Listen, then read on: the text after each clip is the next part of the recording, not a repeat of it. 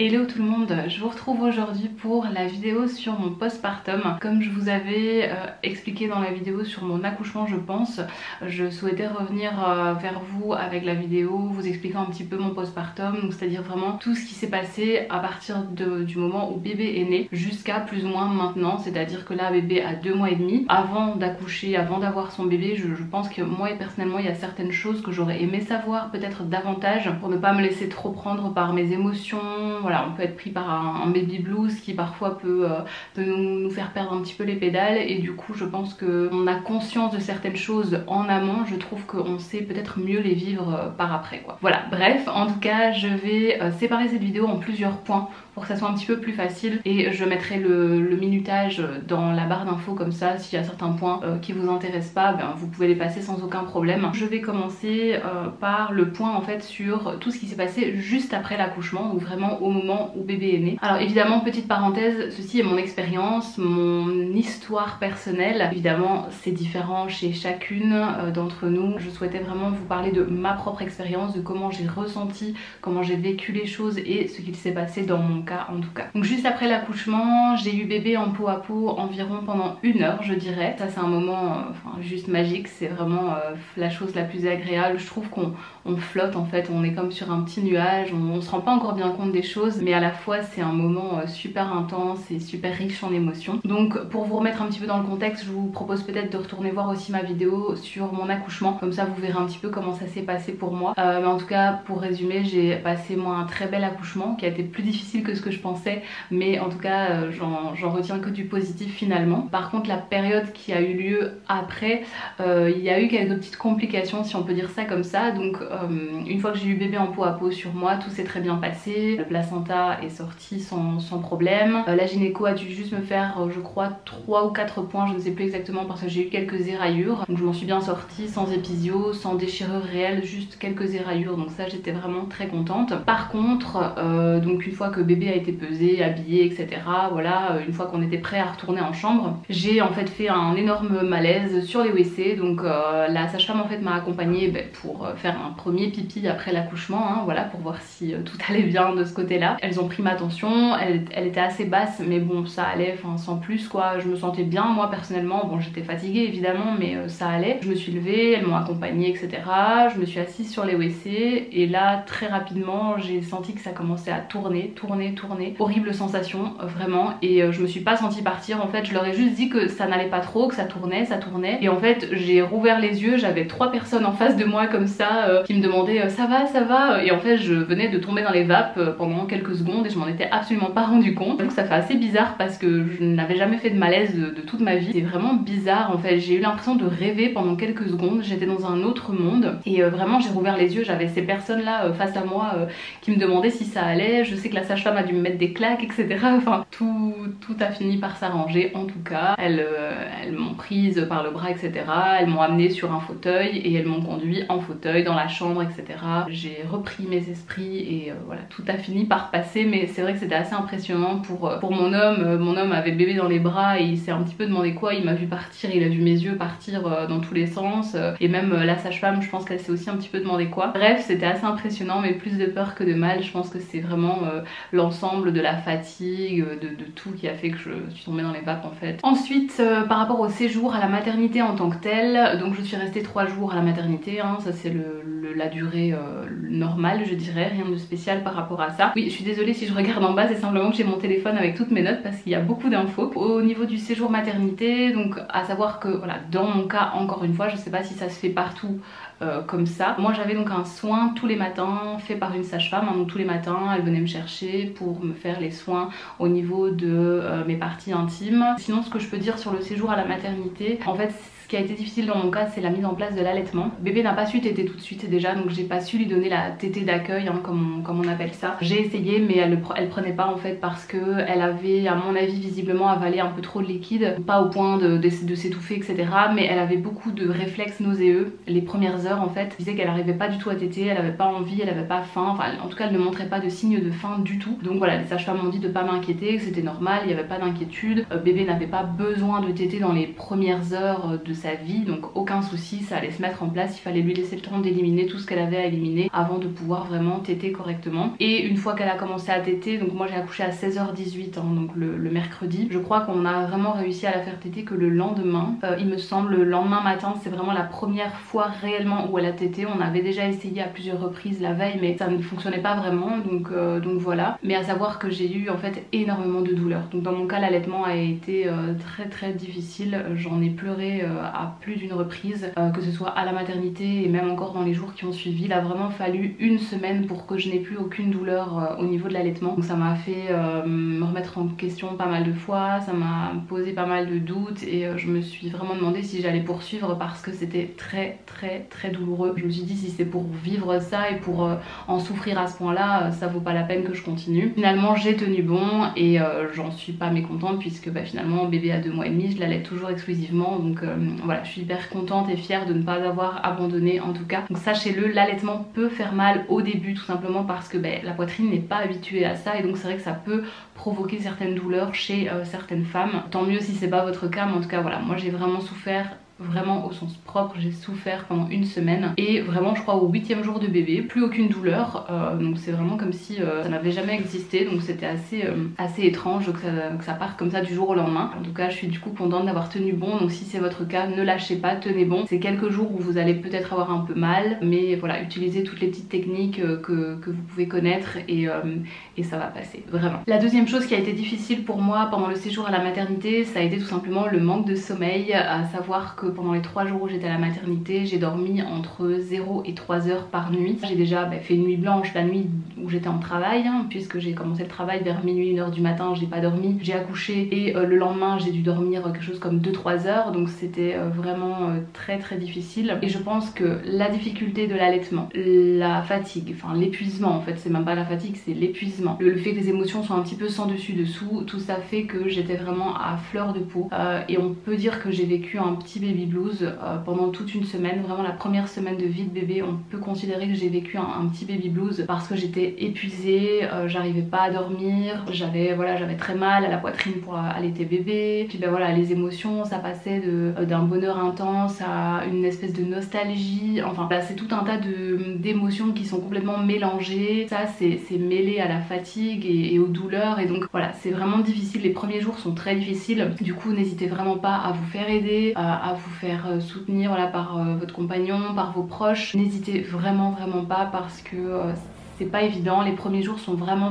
pas évidents, c'est les pires. Vraiment les premiers jours c'est les pires sans aucun doute, il faut le savoir, juste il faut savoir que ça va être difficile et ça va passer, il faut le savoir. Et une fois que ça passe, ça va beaucoup mieux. Donc voilà, pour ma part au 8e jour, vraiment une fois que bébé a eu 8 jours, là ça a été beaucoup mieux, j'ai arrêté de pleurer pour tout et pour rien. J'ai commencé à faire des plus longues périodes de sommeil d'affilée. Bon, on est passé de 3 heures à 4 heures, puis 5 heures, de temps en temps ça dépendait, mais voilà.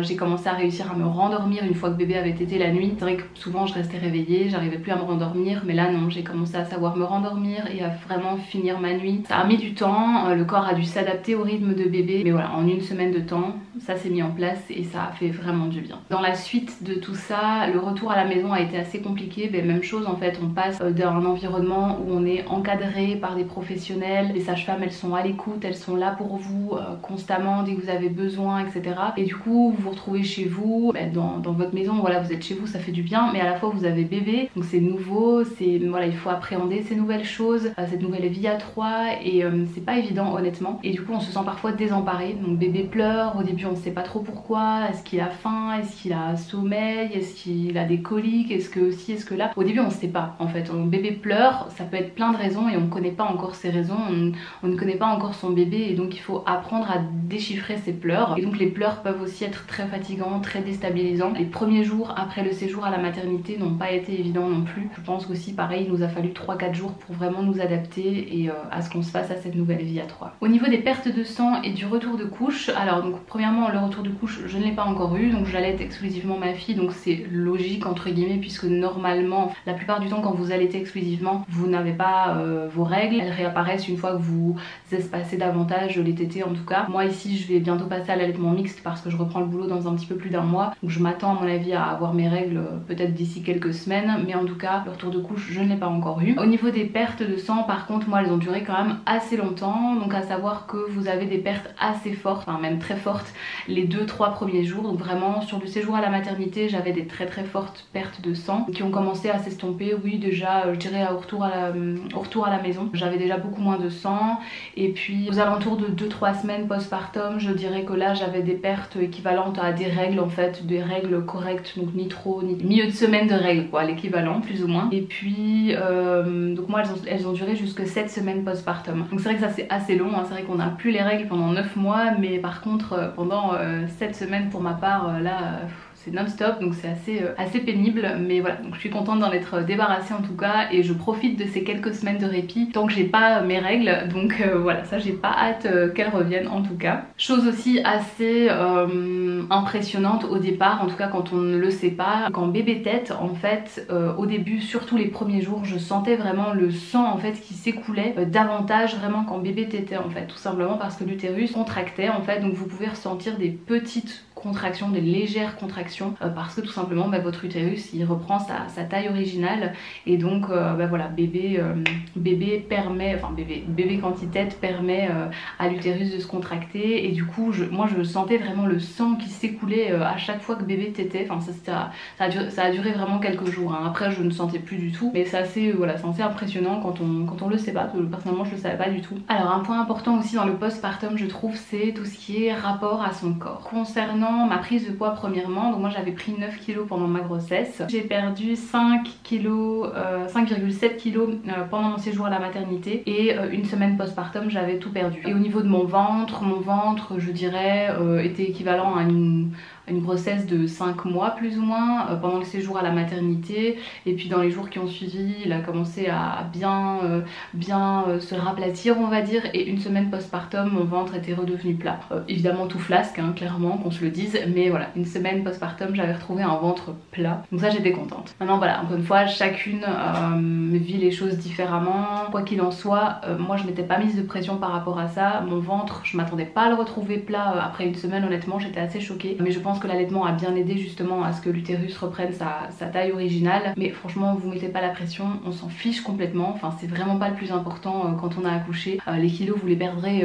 au rythme où vous les perdrez, il n'y a vraiment pas de soucis à se faire à ce niveau là, vous tracassez pas, le plus important c'est de se reposer, c'est de bien manger pour vous, pour votre bébé, pour reprendre des forces après l'accouchement. Personnellement je pensais en fait me sentir bizarre, enfin différente, ou je sais pas, je changeais en fait après avoir accouché, je m'étais dit je passe de femme seule entre guillemets, enfin juste à m'occuper de moi, à mère, au statut de mère où je dois m'occuper d'un petit 24 heures sur 24, où je n'ai plus que moi à penser, il y a maintenant un bébé à qui je dois penser aussi tout le temps. Voilà, cette transition là je pensais vraiment que j'allais me sentir un peu différente, et au final pas du tout. Enfin sincèrement oui, les premiers jours ça m'a fait bizarre d'avoir mon bébé, voilà, il était dans mon ventre et puis le bébé s'est concrétisé entre guillemets, d'abstrait on est passé à du concret réellement, mais bizarrement je me suis pas sentie différente. Pour vous dire, ça fait 2 mois et demi et j'ai même un peu du mal à dire que je suis maman en fait. Je sais que j'ai mon bébé, je suis consciente que j'ai mon bébé, mais c'est la normalité en fait pour moi maintenant. Je me sens pas différente d'il y a 2 mois et demi avant que j'accouche en fait. J'ai l'impression que juste ma vie a continué, c'est la suite logique des choses, et voilà, c'est tout. C'était juste une petite chose comme ça, je pensais vraiment que ça allait me faire bizarre, mais en fait non, pas du tout. Je me suis assez vite adaptée à ce changement de statut en tout cas. Une chose aussi que je ne savais pas du tout, c'est que on transpire énormément après avoir accouché. Je pense principalement quand on allaite, il me semble que les femmes qui n'allaitent pas ne connaissent peut-être pas ça, enfin détrompez-moi hein, je suis pas sûre de ce que j'avance, mais en tout cas j'ai vraiment commencé à transpirer de ouf la nuit, pas forcément les tout premiers jours mais c'est assez vite venu, à savoir que moi je suis assez frileuse, hein, en hiver je dors emmitouflée dans mes couettes avec une double couverture, avec un gros pyjama etc. Là que ce soit au mois de décembre ou même encore maintenant on est au mois de janvier, ça commence à aller mieux hein, mais vraiment au mois de décembre surtout, comment vous dire, je me réveillais la nuit, j'étais en sueur, j'étais obligée de dormir en brassière, quasiment hors de mes couettes tellement j'avais tellement chaud, et pourtant ma chambre n'est pas chauffée du tout, donc c'est à dire qu'on avait 20-21 degrés dans la chambre, je dormais en brassière et j'avais hyper chaud quoi. Et c'est simplement les hormones qui travaillent, faut pas vous en faire, c'est assez impressionnant. Mais voilà, j'étais super choquée parce que je transpirais plus que ce que je n'ai transpiré pendant la canicule cet été en étant enceinte, c'est pour vous dire. Donc ça c'est assez bizarre honnêtement, mais voilà, c'est pas grave, hein. Je pense que c'est vraiment les hormones qui travaillent, il faut le savoir en tout cas. Oui, et alors donc pour en revenir pour ma part à mes éraillures au niveau de mes parties intimes, donc voilà, moi j'ai eu la chance de pas avoir d'épisiotomie etc. Désolée, il y a un camion qui passe, je pense que vous l'entendez. Évidemment les premiers jours qui suivent un accouchement, les parties intimes font un petit peu mal. Personnellement j'ai pas souffert de grosses douleurs, c'était plus un inconfort quand j'étais assise. J'ai simplement demandé une poche de glace à la maternité en fait, et je la mettais pendant quelques heures, ça me soulageait, ça me faisait du bien. J'ai eu besoin de prendre un Dafalgan pendant 1 ou 2 jours, vraiment histoire de calmer un petit peu les douleurs, mais sinon je pense que quand je suis revenue à la maison j'avais déjà quasiment plus mal, je savais m'asseoir sans trop avoir mal, et les points eux ils sont partis tout seuls au bout de quelques jours, je m'en suis même pas rendu compte. À ce niveau là, attendez-vous à avoir potentiellement quelques petites douleurs, plus ou moins en fonction si vous avez eu une épisio, des déchirures ou autre. Moi c'était juste des simples éraillures, mais j'ai quand même dû avoir 3-4 points, voilà, des petites douleurs légères mais supportables pendant quelques jours en tout cas. Je vous ai un petit peu parlé de l'allaitement dans mon cas, je vais juste y revenir un tout petit peu plus en détail maintenant parce que je trouve qu'on n'est pas en fait assez informé en amont sur l'allaitement, sur tout ce que ça implique. Encore une fois pour ma part j'ai eu d'énormes douleurs pendant 1 semaine et j'ai vraiment failli arrêter mon allaitement, plus d'une fois d'ailleurs, parce que j'étais pas du tout au courant que ça pouvait faire mal à ce point là. Mais vraiment quand je vous dis que j'ai eu mal, j'ai eu vraiment mal pendant 1 semaine à chaque tétée, et c'était pas que les premières secondes de la tétée, c'était vraiment toute la tétée. Je trouve que c'est quelque chose qu'on devrait savoir, on devrait être plus informé là-dessus, et bon c'est un peu de ma faute aussi, hein, j'aurais dû plus m'informer, mais je trouve que voilà, on devrait le savoir. Bref, quoi qu'il en soit, donc moi il a fallu 1 semaine pour que les douleurs disparaissent complètement et pour que je commence vraiment à apprécier l'allaitement. Maintenant l'allaitement c'est pas un long fleuve tranquille. Encore une fois, moi à plusieurs reprises pendant toute la durée de mon allaitement j'ai failli arrêter ou en tout cas passer à l'allaitement mixte. Enfin voilà, je me suis posé plusieurs fois la question parce qu'il y a les pics de croissance qui sont pas évidents. Pendant les pics de croissance, bébé demande à téter plus souvent, ou alors en tout cas tète beaucoup plus longtemps. La journée c'est pas encore trop problématique, vous êtes avec bébé, voilà, vous l'allaitez, y a pas de souci. La nuit c'est très fatigant parce que personnellement moi j'étais réveillée pendant parfois 1 heure, 1 heure et demie, le temps de changer bébé, le temps de lui donner le sein, le temps de la bercer, de la remettre couchée etc.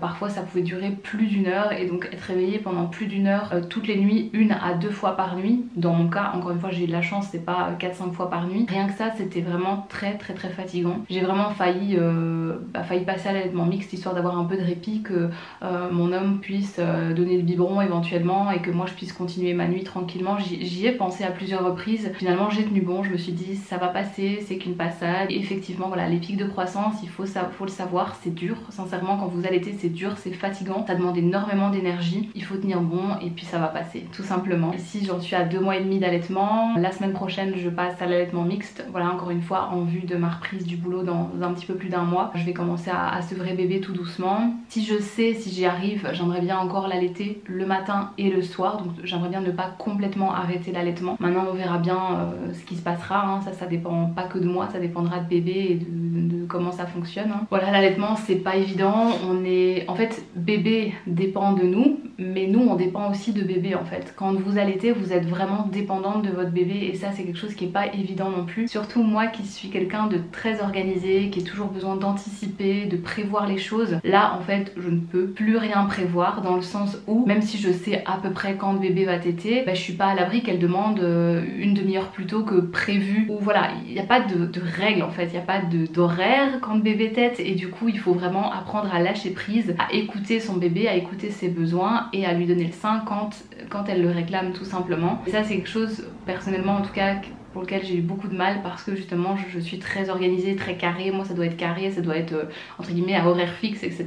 Et j'ai dû apprendre à vraiment lâcher prise par rapport à ça, et donc c'est pas évident quoi, parce qu'on sait s'organiser, on sait prévoir, mais il y a toujours une petite il vaut mieux toujours prévoir une petite marge d'erreur, parce qu'il n'y a pas de règle encore une fois, et que c'est bébé qui décide au final. Un dernier point que je voulais aborder avant de clôturer cette vidéo, c'est le point sur la sexualité après un accouchement. Ce que je voudrais dire par rapport à ça, c'est vraiment ne vous mettez pas la pression, que vous ayez une épisiotomie, des déchirures, des éraillures ou rien du tout, ça prendra le temps que ça prendra tout simplement. De un, vous avez d'autres priorités. de deux, voilà, il y a la fatigue, etc. Il y a bébé à gérer, etc. C'est pas toujours évident. C'est important de s'accorder un moment pour soi, pour son couple, parce que justement avec la fatigue, avec l'arrivée d'un bébé, il peut vite y avoir des tensions au sein d'un couple. C'est important de communiquer, d'écouter l'autre, d'écouter ses besoins et ses envies. Et du coup, voilà, vraiment prenez le temps, n'hésitez pas à discuter avec votre partenaire et voyez ce dont vous avez envie, tout simplement. Si vous vous sentez prête à reprendre une sexualité comme avant, à savoir que ça risque de pas forcément être tout de suite comme avant. Il faut savoir que ça peut prendre du temps avant de se remettre en route, je dirais aisément. Personnellement j'ai eu le feu vert à 6 semaines postpartum, c'est toujours à peu près le délai raisonnable pour vraiment laisser à son corps le temps de se remettre. Une fois que vous avez passé les 6 semaines, si vous vous sentez prête, et ben parfait, allez-y. Si c'est pas le cas, et ben tant pis, ça prendra le temps que ça prendra. Le plus important c'est vraiment de s'écouter, d'en parler avec votre partenaire pour ne pas, je dirais, qu'il y ait de non-dit au sein du couple et que justement que ça puisse amener des tensions. Et j'enchaînerai aussi juste un petit point sur la rééducation du périnée. Ça c'est important également de le faire, même si vous avez eu un accouchement par césarienne ou si vous avez eu un accouchement sans problème, que votre périnée n'a pas trop souffert. Personnellement c'était mon cas, mon périnée n'a pas trop souffert, la kiné m'a dit que mon périnée était en bon état, donc j'étais contente. Mais en tout cas sachez que c'est important quand même de faire la rééducation du périnée, simplement pour éviter des problèmes par la suite. Moi j'ai pas souffert de fuite urinaire pendant la grossesse ni après mon accouchement. Encore une fois j'avais un périnée qui était relativement tonique, relativement en forme. On n'est jamais à l'abri d'une espèce de rechute dans quelques années, hein, on ne sait jamais. Le périnée on le sollicite beaucoup sans même s'en rendre compte. C'est un muscle qu'on ne connaît pas assez je trouve, et même chose, c'est vraiment quelque chose dont on nous parle pas suffisamment en amont. Mais donc je trouve que c'est important de faire la rééducation du périnée. Faites ne fût-ce que quelques séances et puis après vous faites des petits exercices chez vous, hein. Il suffit pas de grand chose honnêtement, mais c'est important justement pour éviter les soucis par après. Je terminerai cette vidéo en disant simplement que devenir mère, avoir un bébé, c'est beaucoup de fatigue, beaucoup de doutes, beaucoup de remise en question, mais c'est aussi beaucoup de bonheur, de joie, d'amour, de câlin, de plénitude. Il faut vraiment pouvoir trouver un équilibre entre sa nouvelle vie de famille, son bébé, son couple, soi-même, son travail par après, sa maison, son ménage, mais aussi les hobbies, la famille, bref, c'est vraiment une toute nouvelle organisation et il faut vraiment pouvoir trouver un nouveau rythme et un nouvel équilibre parmi tous ces points-là. Ça prendra le temps que ça prendra, honnêtement. Ne vous prenez pas la tête trop vite avec tout ça, gérez au fur et à mesure l'essentiel et les priorités. Voilà, mettez-vous les priorités d'abord. N'hésitez pas à demander de l'aide quand c'est nécessaire à des amis, à de la famille pour faire un peu de ménage, venir vous aider voilà, à faire un peu de repassage. Prenez un repas chez le traiteur, commandez-vous des pizzas, franchement on s'en fiche. Nous au début, les premières semaines, on prenait super souvent à emporter parce que juste on n'avait pas envie de cuisiner, et pourtant Dieu sait que j'adore cuisiner, j'adore nous faire des bons petits plats, manger sain, manger équilibré. Je dois vous dire que les premières semaines après l'arrivée de bébé, on regardait plus trop à ça parce que vraiment les priorités elles étaient pas là. Mettez-vous les priorités là où vous avez envie de vous les mettre. En tout cas ça prendra le temps que ça prendra pour trouver un nouvel équilibre et un nouveau rythme à votre vie. Le maître mot et moi j'essaye de me l'appliquer au quotidien, c'est pas encore évident, j'y arrive pas encore vraiment à fond, mais en tout cas le maître mot je dirais dans tout ça c'est de lâcher prise. Voilà, j'ai fait le tour de tout ce que je voulais aborder, j'espère ne rien avoir oublié, même si en soi il y a encore d'autres choses dont on pourrait parler, hein, mais j'ai essayé de parler des choses qui me tenaient le plus à cœur en tout cas. J'espère que ça vous aura été utile, que les petits conseils que je vous ai prodigués pourront vous servir si vous êtes sur le point d'accoucher de votre premier enfant, surtout votre premier enfant, parce qu'une fois qu'on en a déjà un, je pense que pour le deuxième ça ira mieux. Moi il y a certaines choses encore une fois que j'aurais bien aimé connaître en amont, donc n'hésitez pas quand vous êtes enceinte à vous renseigner, à regarder des vidéos, à lire des bouquins, parce que voilà, encore une fois avoir un bébé ça peut être vraiment déstabilisant, c'est fatigant, etc. Et donc avec la fatigue on se laisse vite prendre par ses émotions, donc vraiment faites-vous aider, c'est vraiment la première chose que je dirais. Faites-vous aider, n'hésitez pas à demander de l'aide, documentez-vous et sachez que tout finit par passer, tout finit par s'arranger. La fatigue elle est là c'est sûr, mais les nuits finissent par aller de mieux en mieux progressivement au fil des semaines, au fil des mois. Il faut être patient, je pense que la patience c'est aussi un maître mot dans tout ça, la patience et le lâcher prise. En tout cas je pense que c'est ça qu'il faudrait retenir, c'est ça que moi j'aimerais retenir. En tout cas c'est que du positif, c'est que du bonheur. Profitez de votre bébé, profitez de votre nouvelle vie de famille, ça passe super vite. Je suis bien placée pour le savoir, ça fait que 2 mois et demi, mais croyez-moi en 2 mois et demi je vois déjà la différence. Je reprends le boulot dans 1 mois et ça me déprime déjà au plus profond de mon être. Juste profitez. J'espère que cette vidéo en tout cas vous aura été utile, qu'elle vous aura plu, et moi je vous retrouve très bientôt dans une prochaine. Ciao.